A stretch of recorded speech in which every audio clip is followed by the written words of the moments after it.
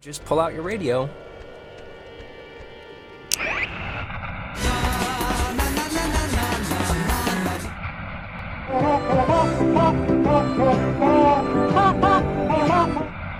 If you don't subscribe to Foss, and I will haunt you for the rest. I did not have sex.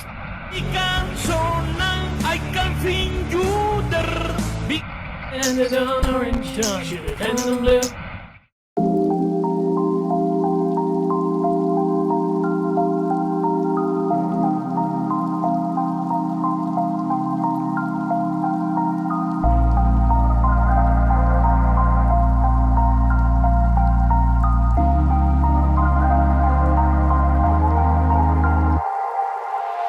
It has been over 4 years since I uploaded the first video on this channel, and even though my uploading schedule has been very on and off, one thing you'll find is that the types of videos you'll find on my channel are incredibly inconsistent.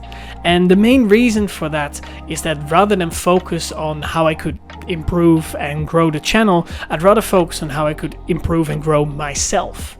Which meant that with every video you'll find on the channel, there was something that I tried to learn or improve on, or one aspect of video creation that I really tried to focus on during that video.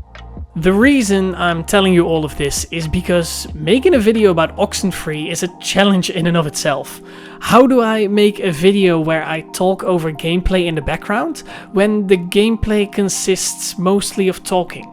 So hopefully I'll be able to get across to you that this story game is actually really cool and not just a walking simulator. I really hope you're not just looking at footage of me walking. It's alright though, I'll just kick it back. Oh, Jesus Christ. Whew. Oh my god. And I also don't want to spoil too much of the spooky stuff that happens. Because yes, this is a spooky game. It was Halloween not too long ago after all. But then maybe that raises the question how cozy this game actually is, if it is a spooky game. But even though this is a spooky game with plenty of suspenseful moments, it isn't all that scary, which is a good thing, by the way. If you're a little baby like me that won't last 3 minutes playing something like Resident Evil or something actually scary, the main focus of this game is really the story that it's trying to tell and how you get to affect that story. And deciding how you get to affect the story is actually quite a cozy experience, I found.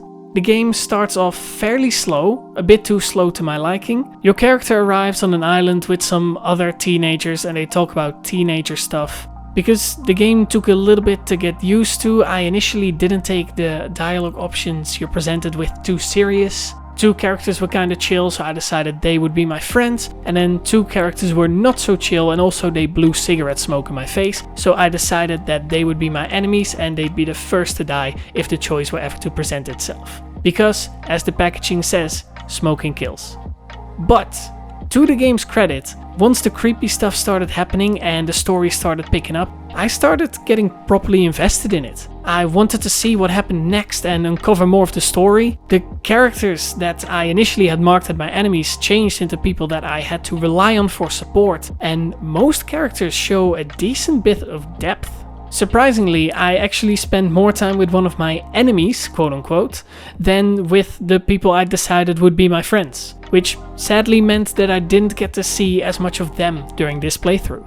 I say this playthrough because it is heavily encouraged to play this game more than once. The game is clearly designed around playing it multiple times to get the full experience, and cleverly tries to lure you into starting it up again. I have yet to play the second playthrough though. My partner played through it twice, a friend of mine played through it 4 times. I've only played through it once so far, but I'll definitely run through it at some point again to see what I missed and how different dialogue options will change the plot. Which, yeah, we know that of leaves. course, means that We you'd know that strangle leaves. Clarissa in her sleep if you ever got the chance. Yeah, what do you think of that? What a shocker. What are you gonna do about it? Eh, I'm up in your face she here. got what was coming to her.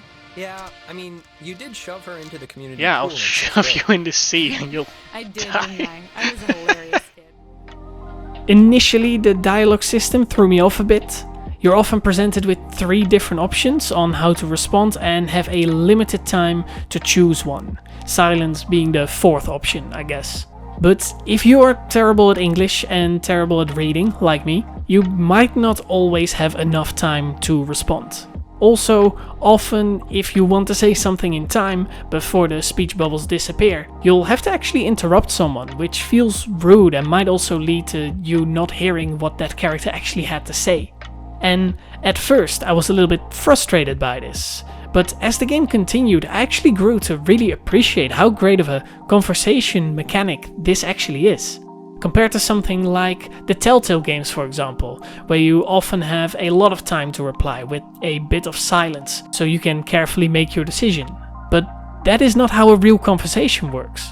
If you want to hear what the other person has to say, you'll have to keep your mouth shut, and you might not be able to say what's on your mind. If you want to share something important, you might have to interrupt someone to get your word in.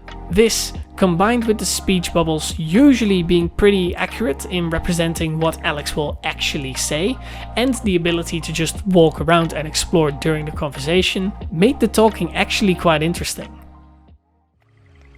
When you looked around, you saw you weren't the only one doing it. Oh. Oh, of course. My favorite song. Honestly, I'm glad they're playing it. Doesn't get enough love. So how does it score on the cozy meter? That is hard to say, since the game is cozy but also suspenseful. I think I'll rate it a spooky Halloween movie night under the blankets with your friends, kinda cozy. Out of 10. And for what it's worth, I hope your life is not spooky right now. I hope everything is going smooth and cruisy, or at the very least it's on its way to becoming smoother and cruisier. And also I really, truly appreciate your time for listening to my rambling.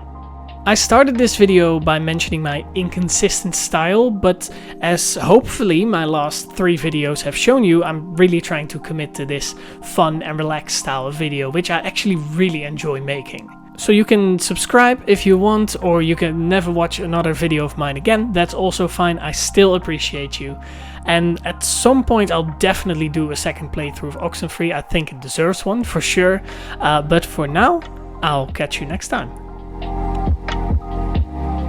Last time I played a short hike, which had a surprising amount of content. You can click that video here. Or you can click the playlist with all my videos on cozy games.